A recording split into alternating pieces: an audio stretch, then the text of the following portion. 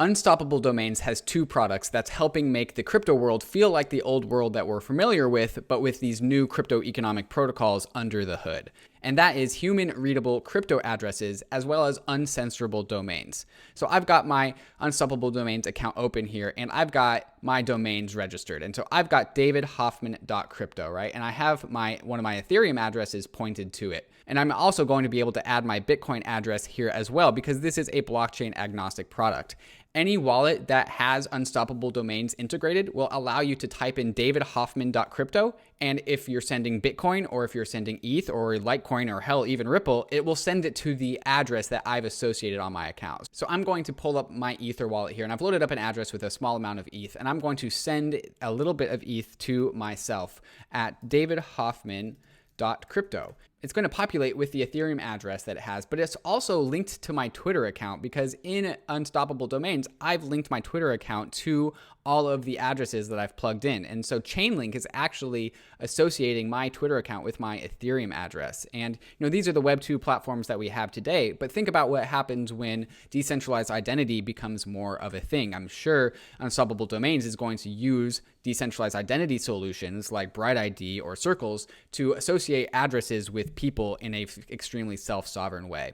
Unstoppable Domains also allows you to spin up uncensorable websites, which is, I think, going to become increasingly important in the world ahead of us. Using Unstoppable Domains, you can purchase a website and use decentralized storage providers to host it as well, meaning that no nation state can take down your website. There is no canceling in Unstoppable Domains world. They even have templates ready to go to help you build out your first unstoppable domain. So go to unstoppabledomains.com, register your crypto addresses with a human readable name, and maybe launch your uncensorable website today. ZAPPER is this new tool that I use to check out all of my assets in DeFi.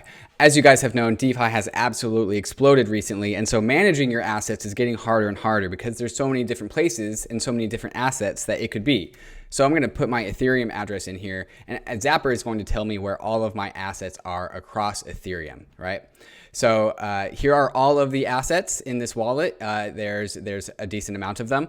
And it's also going to tell me where I've deposited assets into various DeFi protocols, right? So there's some yield farming going on. There's some liquidity pooling going on. We can also look more granularly at the specific protocols that it's involved with in this Explore feature. So it's got some assets deposited into Uniswap. It's got some assets deposited into Balancer. And also with ZAPPER, you can just exchange straight from the ZAPPER interface, right? So this is just another layer on top of Uniswap or other exchanges on Ethereum that allow you to swap assets, right? So check them out at zapper.fi. It'll give you a nice clean portal to invest your assets in DeFi. And you can also connect to multiple wallets if you use multiple wallets all at once, and it'll give you an aggregate of every single wallet that you own. Check them out at zapper.fi. Also, this is definitely not my wallet.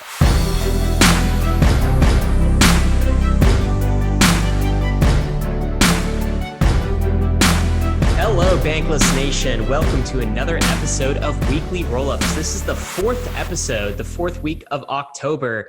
And this is kind of a new episode format for David and I. What we do is we bring this to you on Friday morning so you can have a weekly rollup of everything that's going on in crypto with your morning coffee. You can either view it on YouTube, watch us there, or you can also get this on the podcast. What we do is every single Friday, we cover 5 topics in 5 minutes, and we get everything that is relevant, everything that is happening in crypto in your ears. We cover the market, we cover releases, we cover news, hot takes, and finally, we end with things that we are personally excited about that have happened this week.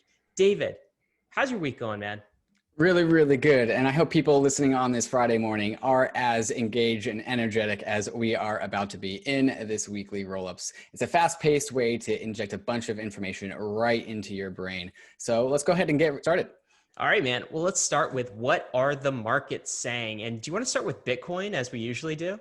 Yeah, Bitcoin is saying that he's happy. Yeah, so Bitcoin's pretty happy with what's going on right now. It seems to be kind of dominating the news cycle, dominating the market action. And if you go to coinmarketcap.com, you kind of see that Bitcoin is going up and to the right, and everything is flat at best and down, and then everything else is kind of down. So it's a Bitcoin dominated news cycle this week. And why is that, David? Has any catalyst happening, or do you think this has just been a slow build? And look, DeFi and other like Ethereum-based coins have had sort of their time to shine, and now it's Bitcoin's turn. Yeah, Anthony Sassano had a really good piece in his Daily Gwei where he talks about like the pendulum shift, right? Like it was DeFi summer and now it's Bitcoin fall. And that kind of seems to be the narrative that seems to be playing out.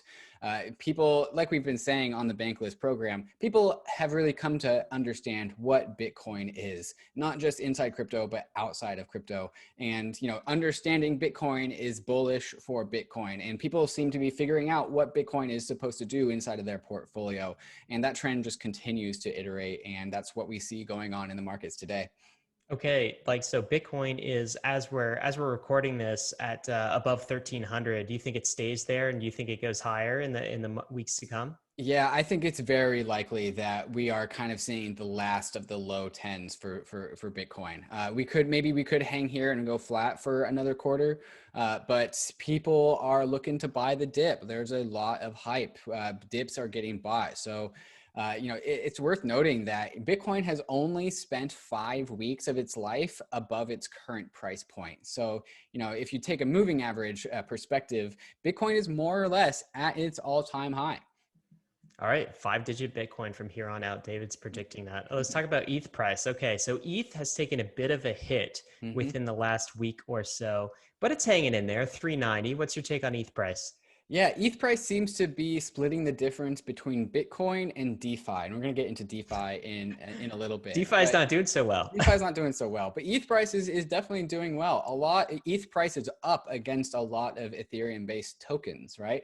And I think what we're seeing is a bunch of different variables. I think investors understand that Ether is extremely liquid and shares some of the same characteristics that Bitcoin does, right? Like a non-sovereign store of value, permissionlessly available throughout the world that's extremely liquid, right?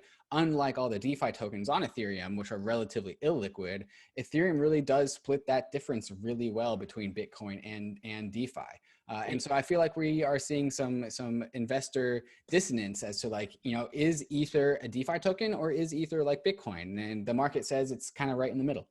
Yeah, and that feels about right to me. It is right in the middle, but it is the only other asset besides Bitcoin that can get the type of institutional adoption this cycle that I think Bitcoin will get. It is the only CFTC designated commodity, along with Bitcoin. After all, lots of promise for Ethereum, and I think we're seeing that in ETH price. Do you want to talk about I guess YFI real quick? Like that was sort of a hallmark of DeFi. The DeFi summer, and now it has landed back to earth. This goes back to kind of the pendulum shift. You almost have to expect this after such a stellar rise where YFI came out of nowhere. And I feel like this is one of the assets that we'll remember as kind of 2020, summer of DeFi 2020. But what's happening to it now?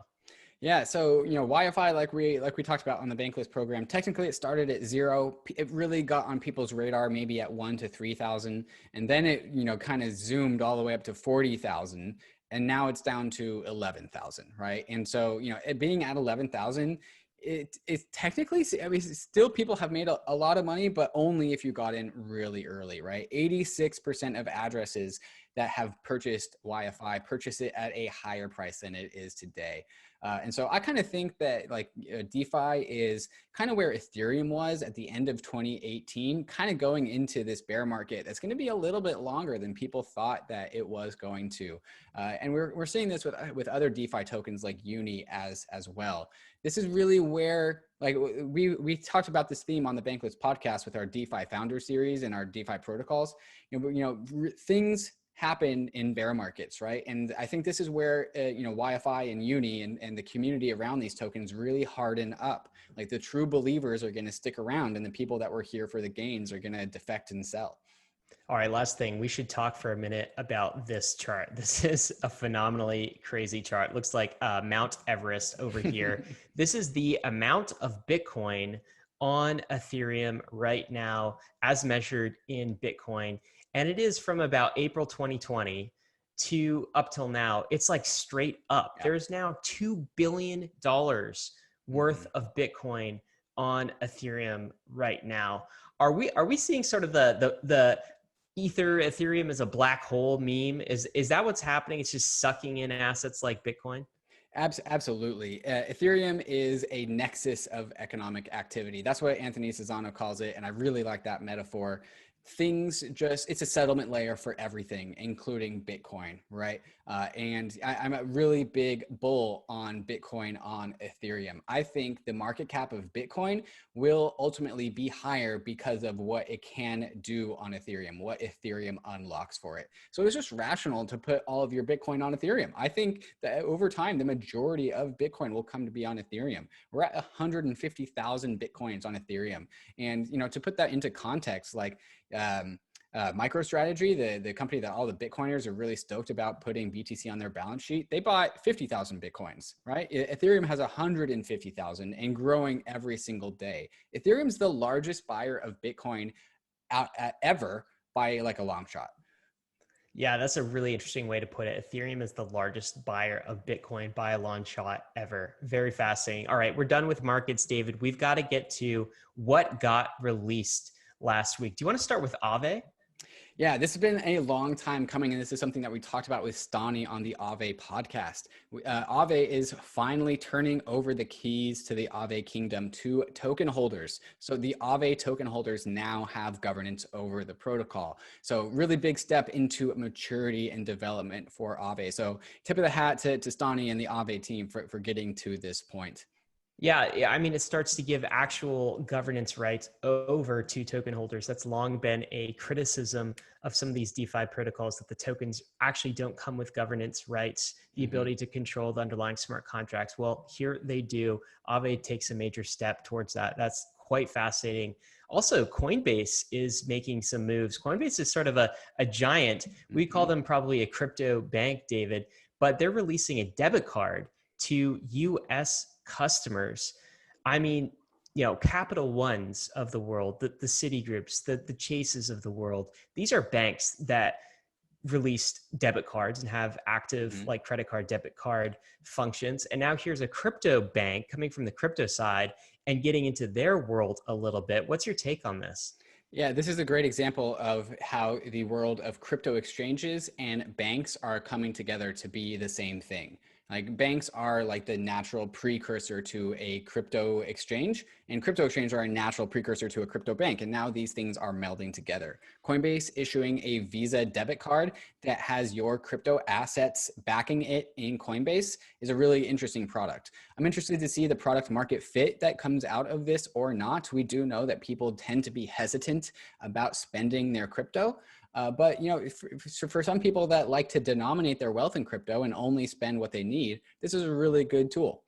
Yeah, it's definitely an interesting product. And get ready, I would say, make ready for the Coinbase IPO that is inevitably coming. I feel like that is a virtual certainty, and products like this kind of are along the roadmap towards that, I bet. Speaking of banks in general, JP Morgan, they created an entire unit for blockchain projects. They have a well-known internal initiative that is building basically an Ethereum private chain and a internal stablecoin called JP Morgan Coin, actually, that they're using for transaction settlement. That's the purported use case. We've got about 100 folks in this blockchain Ethereum-centric division.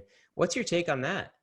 Yeah, if I remember, JP Morgan and its private Ethereum, it's an Ethereum fork that it kind of manages itself called Quorum, was like the instigation of this. Like, so this has actually been a project for a while. I remember them being at ETH Denver in 2018. So this is not something that just randomly popped up. This has been in the works for a while. So JP Morgan has had stake in crypto and specifically in Ethereum for a long time. I'm pretty sure they're working closely with Consensus on this as well. Consensus, I think, purchased Quorum from JP Morgan, which was always an interesting choice. But JP Morgan is not soft on Ethereum. JP Morgan's very hard on Ethereum. Yeah, yeah, definitely very hard on Ethereum. All right, so also we've got the largest bank in Singapore that just added a crypto exchange too. I think that goes along with a theme. So just last week, largest crypto bank called DBS adding a crypto exchange, JP Morgan, populating advertising their JP Morgan coin on Ethereum. This is coming from the other direction, right? We've got Coinbase becoming more like a traditional bank. Now we have traditional banks trying to become a bit more like a Coinbase, and there's got to be some convergence in the middle. Fascinating stuff. David, we probably have time to talk about one more release. Do you want to talk about Audius? Yeah, Audius is a project that is trying to be a decentralized storage for like a SoundCloud alternative. SoundCloud was the place to be if you are an artist who wants to remix other people's music, but sometimes that comes with copyright infringement. So Audius is kind of this new SoundCloud where you can take a famous artist's music, remix it, and upload it to Audius. And it's not nation state level resistant like Ethereum, but it does have corporate level resistance. And so I think there's like 90 or 100 nodes that are supporting the Audius system. And that's what Audius is all about. And so I'm interested to see the experimentation with different levels of decentralization needed to produce a product. Yeah, for sure. We also, I lied. We have one last release that we've got to talk about. This is FTX, the crypto derivatives exchange platform.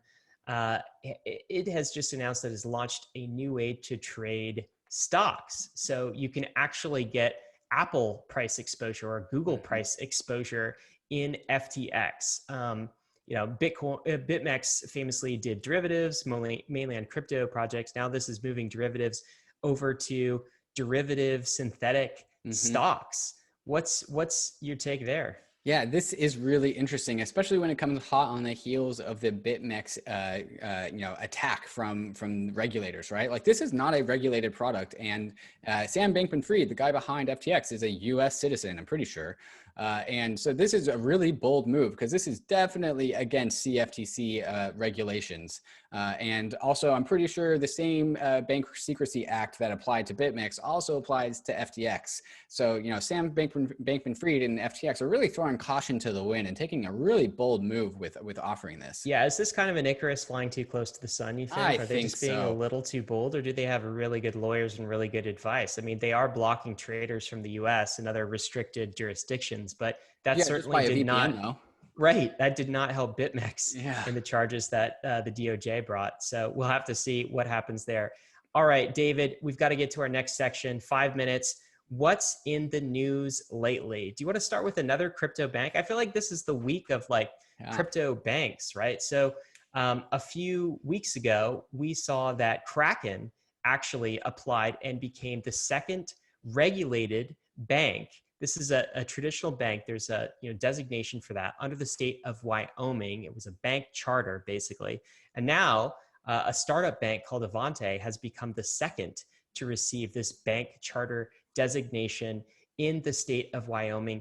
Wyoming really turning into this almost US-based crypto-friendly jurisdiction, right? The Citadel of Wyoming. Citadel, right? Caitlin Long, others, I think, have gotten very active in legislation in Wyoming and turned legislators into sort of a crypto-friendly state. So what's your take on this? Is this just more of the theme we've been talking about? Here's crypto now becoming more bank-like, and now instead of a meme, it's like literally crypto bank charter, not just crypto banks, but crypto bank charter. Yeah, absolutely. There's a number of different takes to be had here. One, it's really cool to see another bank follow in the footsteps after Kraken, right? And so I didn't expect this to happen so soon. Turns out there's a ton of demand for a service like this. So tip of the hat to Kraken for really pushing the fold and allowing people to follow in the footsteps. Another take is that this is just about the professionalization and institutionalization of crypto. This is how we make crypto more appealing to people that have bigger bankrolls, right? I think, I think those are the big two takes.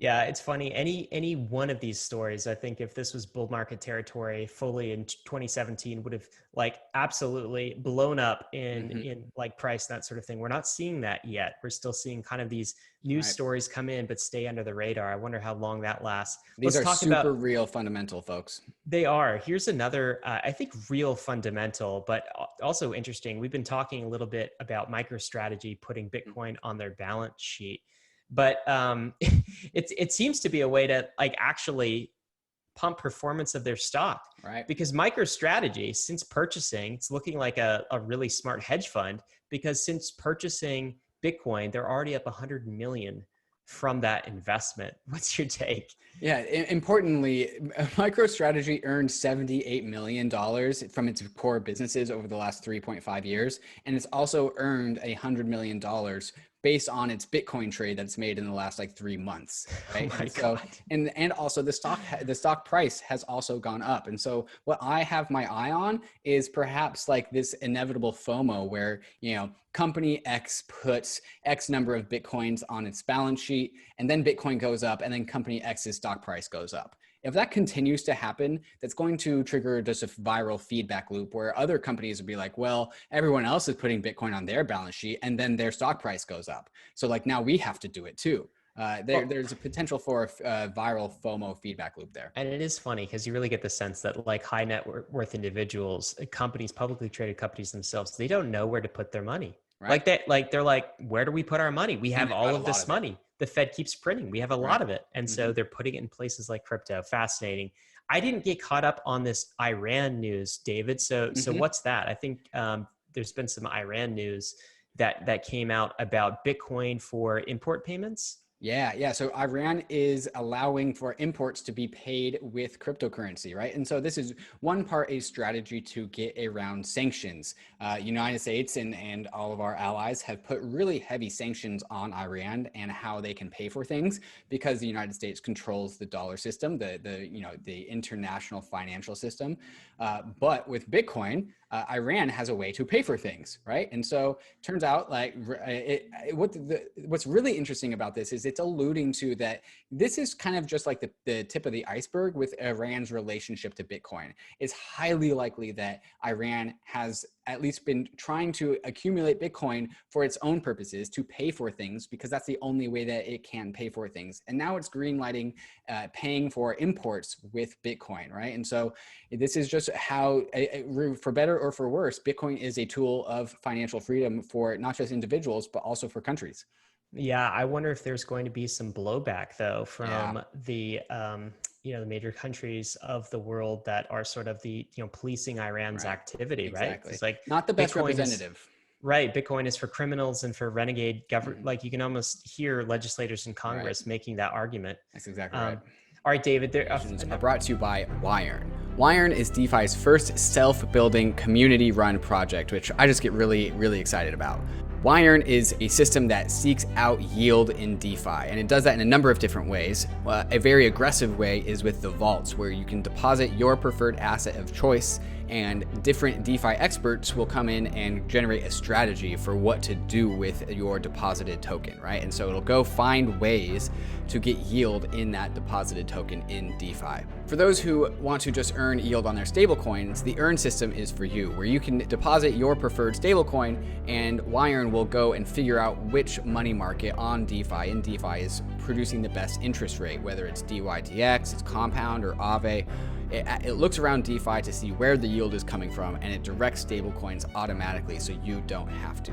Check them out at yearn.finance to get started, and also check out the stats page to see what other people are doing as well. We're also brought to you by MONOLITH. MONOLITH is your cool new DeFi account, your DeFi savings account, your DeFi checking account. Except the cool thing about the MONOLITH DeFi account is that it gets software updates, right? You actually get to increase the usefulness of this over time. So here are some of the features. MONOLITH is a smart contract wallet with a lot of the features that you would expect if you've come to know DeFi and what it is. You can add money to it. You can put that money to work in Compound and accessing yield. But you can also swap through Uniswap. What was cool with MONOLITH is that they will send you a very sexy MONOLITH Visa card that connects to your Monolith smart contract wallet on Ethereum. So it's a really awesome tool to live a bankless life with a savings account that gets software updates. So this is something that you're never going to find out in the real world, but you can still do real world things with, real money, like buy your groceries. So that's just fantastic. Coming soon to Monolith, actually already here to Monolith, is now you can buy DAI and get it sent to your wallet directly, right? So it's also being an on-ramp. So you don't have to go through your centralized exchange like Coinbase or Gemini or wherever. You can just go straight from your bank account right into your Monolith checking account smart contract wallet. So check them out at monolith.xyz. All right, David, there are a number of other things happened this week. I don't know if you want to pick out one or two. Flash loans are starting to make some governance decisions in Maker. That's an interesting development. We will include a link to that, certainly. I guess along the lines of our banks becoming more like crypto banks and this convergence, Consensus is also helping a few central bank digital currencies start up. One from a bank of Thailand. This is a pilot project. And another, a French bank. Do you have a take on that? Yeah, this is just kind of the theme lately. Like the adjacent topics around cryptocurrency are really coming into the fold. Central bank digital currencies is a very hot subject right now. And people are just kind of more or less assuming that almost all central banks are going to do one of these. And so the French central bank and also the in Thailand central bank has also interestingly been working with Consensus, the Ethereum startup studio, to produce central bank digital currencies. And so it seems to be that the world of central bank digital currencies are ahead of us, and Consensus is really helping handhold central banks along to get this job done. Yeah, I think the only question is how long it takes. It's now, it seems inevitable. And the question then becomes, how long does this take for central banks to execute? It seems like it is heading in that direction at this point. All right, David, let's move to some hot takes. Tell me what's on your mind. What have you been thinking about this past week as these releases and these news events and kind of the market activity have unfolded? Yeah, well, one thing that's been on my mind lately is, at least on crypto Twitter, and maybe that's not the most reflective place, but it's a place where I spend a decent amount of my time, is that the fight between Bitcoin versus Ethereum or Bitcoin and Ethereum. Now, I'm firmly in the Bitcoin and Ethereum camp. However, I will sometimes put on my Ethereum maximalist hat and poke fun at Bitcoiners. But like I said earlier, I truly believe that the combination of Bitcoin and Ethereum are mutually beneficial for both protocols. And one of the things that we're seeing happen is $2 billion worth of Bitcoin on Ethereum, like we talked about. So that's kind of what I've been chewing on. And every time I see the Ethereum and Bitcoin blockchain become closer, I get happier. Yeah. Well, how many Bitcoiners would you say do you think are on that train of thought, David? Do you think that because there's been so much vitriol pointed at Ethereum over the years from the maximalist community, but also elements of the more mainstream Bitcoin community? Are they happy about this? All the Bitcoin on Ethereum? Are they saying, haha, got you, Ethereum is a sidechain of Bitcoin after all? Or are they upset that Ethereum is kind of taking all of this mind share and this asset value? Yeah, it's a really good perspective. And some people don't like it. Some Bitcoiners don't like it at all. Other Bitcoiners, like my co-host on POV Crypto, CK, he sees Bitcoin on Ethereum as proof of Bitcoin's narrative. And he also says that, well, Ethereum, along with many other blockchains, also have to compete for Bitcoin, right? And so he puts the ball in Bitcoin's court, saying, Ethereum is competing along with everyone else in the world for their Bitcoins. I'm on the side where Ethereum is the world's best transactional layer, and so Bitcoin is finding its way onto Ethereum for that reason. But these reasons are not mutually exclusive, and there are a few Bitcoiners, I would say, like Nick Carter and Eric Voorhees, who are very much in the "this is good for both" camp, and some others who just don't really care about Ethereum that will put up the blinders and not really pay attention. Yeah, very good. I'm probably in the "this is good for both" camp myself. However, I will say, to leave this off, every single Bitcoin on Ethereum pays fees to Ethereum. And those fees go to security of the economic network. Yes, that's right. Absolutely. All right, Ryan, what are you stoked about? What's on your mind?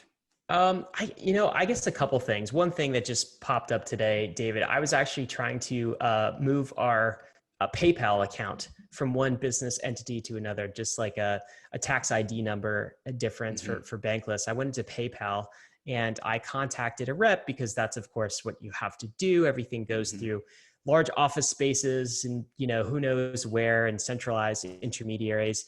And the response came back, of course, like 2-3 days later. Please fax or mail the information Fax? to pay. Yes, fax. Or alternatively, I can mail information. What I have to do is mail a physical copy of my driver's license, a physical copy of a business license from the IRS stating a tax ID number. I have to either fax those, which like, I don't even know how to, like, how do I use, I don't know how to use a fax. Where's the nearest fax to you? Right. So I'm just mailing it. And once I mail it, some department somewhere receives it, and then they process it. And hopefully some weeks later, I hear back. And my thought is just like, people talk about crypto having bad UX. No, crypto does not have bad UX. It has different UX. It has different UX. This is bad UX. Like, you should not have to fax information to a centralized intermediary filled with office parks full of people doing like jobs that quite honestly could be automated away in order to get something done like this. And it's just evidence to me, and like, it makes me more and more bullish on Ethereum, more and more bullish DeFi, more and more bullish Bankless, because now that you've unlocked this world, once you go Bankless, like, you don't go back. Like, the banking UX sucks. Go try to wire money. Like, you have to go to your local bank branch, talk to them in person, actually pay a fee to get funds from one place to another within 48 hours, maybe. Yeah, no, it's absurd. It's crazy. Yeah, it's absurd. So one take is there. You know, I've got a second take too for you. Hit me. This is maybe a little more spicy too. Like, all right, Masari put out a really fascinating graphic. And I want you guys to look at this if you're looking on YouTube, this graphic. And this is basically a graphic of the distribution that various so-called ETH killers have, other smart contract platforms that are competing with Ethereum. And if you look at the blue section there, that is tokens only available in pre-sale to insiders, accredited investors. If you look at the pink section in these ETH killer platforms, those are tokens that are allocated to foundations. Now, the interesting thing about these foundations is the foundations are mostly controlled by the owners of the tokens themselves. So it's effectively an insider's game too, especially when you introduce things like on-chain governance, where the coin vote holders get to essentially vote where the funds go, like back or forth. So anyway, looking at the distribution of this, and you look at a Solana, for instance, that is like close to 70% owned by insiders, right? Like, no public sale at all, maybe some scraps, breadcrumbs for community allocation, whatever that means, however you get that. Cello, Flow, Avalanche, Blockstack, they're all the same. I think that the distribution of these tokens, these so-called ETH killers, basically means that they're toothless. Like, they don't have the ability to kill an Ethereum with a more credibly neutral distribution policy. We've talked about in the past Bitcoin's immaculate proof of work conception, how that can't be repeated. Well, Ethereum has an immaculate ICO inception. Very hard to repeat that. It was not accredited investor, insiders only. You know, distribution to like developers, when you add proof of work, ends up being like 10% of the network value. And I do think that is an underrated element of Ethereum, and one reason why ETH killers will never catch up. What do you think about that? I actually have a spicy take to your spicy take. All right. And you're absolutely right. There's not one thing that I disagree about. If you want to have a global decentralized infrastructure, you need mass distribution and mass community ownership, which is what Bitcoin and Ethereum have. I think that you are layering the perspective of wanting to be that upon these other alternatives. But I think these guys are actually more going for a traditional business model route where, yeah, this is a blockchain that is going to be loosely decentralized, but not mega decentralized. And it's really just going to provide a service using an alternative substrate. And this is kind of being not going to be a centralized company, but it's not really going to be decentralized either. And so it's kind of splitting the difference between our old legacy business models and these new decentralized platforms like Bitcoin and Ethereum and saying, yeah, we're going to maintain a decent amount of centralization and we're just going to provide one service really, really well. And I think that's kind of where these people are going to be forced to be because they actually have no alternative because of exactly how you said. Yeah, I kind of agree with that too. And what it does though is I think it probably removes them from playing the their asset is money game, Yeah, the game not that money. Bitcoin and Ether are playing right now. That's exactly right. Which is yeah. a huge loss. A huge the money loss game is huge. From a security perspective. The money game is where you get core security. At least that's sort of the our thesis. It's where you get number go up too. Yes, very important to have that. All right, let's talk about lastly, David. We're getting close on time, but what are you excited about?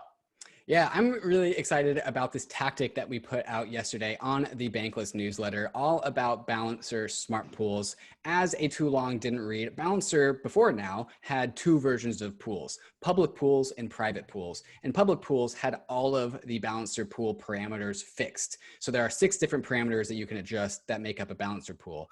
And then private pools have all 6 of these unlocked. But having a private pool is not really good for people who want to provide liquidity to those pools, because whoever built the pool can rug pull basically in 6 different ways, right? And so Balancer just released out smart pools, which allows us to find a middle ground between having flexibility of parameters, but also maintaining trustlessness, right? And so we put out a protocol that used a Balancer smart pool to issue a token is the PERP protocol.